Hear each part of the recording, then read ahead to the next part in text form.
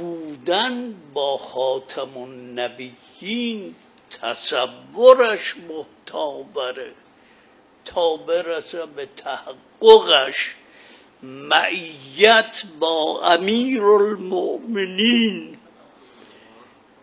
اصلا در فکر نمی گنجه معیت با سید الشهدا.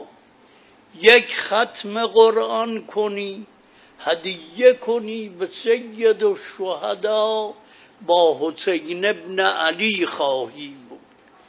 یک ختم قرآن کنی هدیه کنی به امام زین العابدین، با او خواهی بود.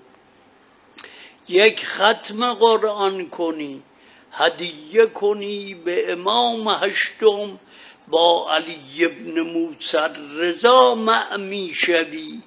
همتون در این ماه رمضان این کار رو بکنید، به دیگران هم بگید.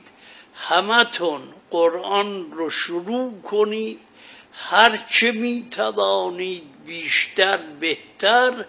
همه را هدیه کنید به صاحب العصر و الزمان. برحمتك یا ارحم الراحمین، وصلى الله على محمد و